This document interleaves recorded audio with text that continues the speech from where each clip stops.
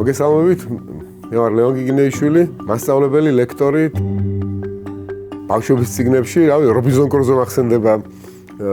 სათავგადასავლო მაინრიდი, უთავო მხედარი, ზღაპრები, ზღაპრებს კითხულობდი, რა ვიცი, სოფლიოს ხალხთა ზღაპრები იყო ეგეთი სერიალი ქართული და ყველაფერი წაკითხული მქონდა.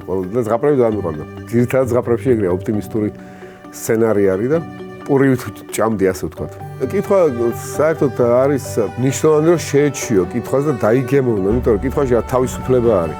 ყუდროების სიყვარულს გაჩვენს წიგნის კითხვა. ეპი გრძელწინდა, თუმცა მე ბავშვობაში რო კითხულობდი, ერქვა სხვანაირი წიგნი იყო. ეპი მაღალწინდა ერქვა, ჯერ კითხვაც არ ვიცოდა, დედაჩემი მიკითხავდა. ეპი არის თავისუფალი, არ არის მორგებული საზოგადოებას, ცივილიზაციას, ასე ვთქვათ და ისე უცნაურად იქცეოდა. თითქოს მე კითხვა უნდა დასვა, რომ ცივილიზაცია თავი რო წესიერი გონია, რამდენად მართლა წესიერი იქნება, ესენი არიან გიჟები და პეპია მართალი და თან ისე წერს არტურ გლინდგრენი, რომ შენს დაგამეგობრებს პეპისთან, როგორც ტომი და ანიკა დაამეგობრა. დასურათებული წიგნები იყო და ვცდილობდი არ მივსულიყავი სურათამდე, არ მენახა სურათი, მანამდე არ მივიდოდი თვითონ კითხვით. და მე საკუთარ ფანტაზიას შევადარებდი ხოლმე მხატვრის ფანტაზიას, ძალიან მახალისებდა ეს, აი მხატვარმა როგორ წარმოვიდგინა და მე როგორ წარმოვიდგინა. შემდეგი წიგნი იყო ისევ სადაც 9 წლის ალბათ ბასკერულების ძაღლი და შერლოკ ჰოლმსის მოთხრობებს კითხულობდი დიდი გატაცები. რომ გადიხარ მე ქუჩაში რაღაცა იმ წიგნის თითქოს აი განათებული ხარ იმ წიგნით და იმ ნათელში ხედავ მთელ სამყაროს მე. მარკუს ავრელიუსის სკოლის პერიოდში წავიკითხე.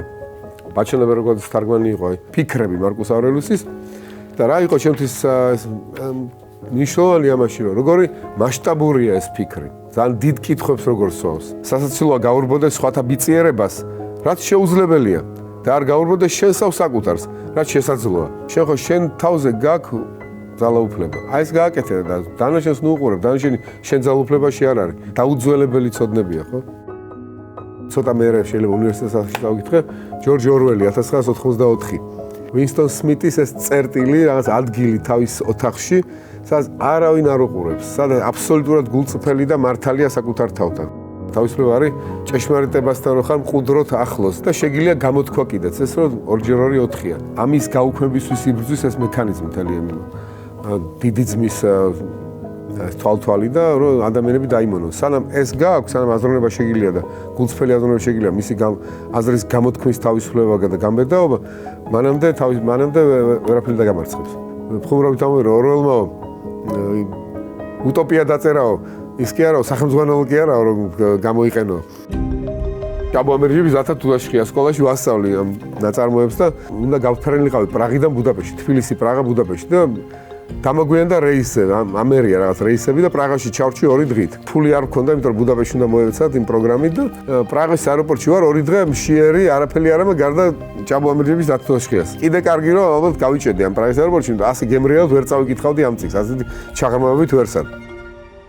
წიგნი არის რაღაცა პორტალივით რა გადაშლილა, სადაც გადაგიყვანს სხვა სამყაროში, შენ თავსაც დაგანახებს იმ პერსონაჟების თვალთახედვითაც, შენ დაგაყენებს რაღაცა დილემების წინაშე, აბა მე როგორ მოიქცეოდი, როგორ დოჩანაშვილს აქვს შედევრსო, ისევ იმითი ხვდებიო თუ დამბურძგლაო შედევრი არისო და ეხლა თქვათ ეგეთ გზნობაზე შეიძლება ვერ დაიკვეხნო სხვა მკითხველმა, მაგრამ ნუ დაახლოებით აქეთკენ და იყოს მისწრაფებული, რომ განვითაროს გემოვნება და ამავე დროს ჩათვალოს, რომ წიგნი არის მისი შინაგანი განვითარების რაღაცა საშუალება.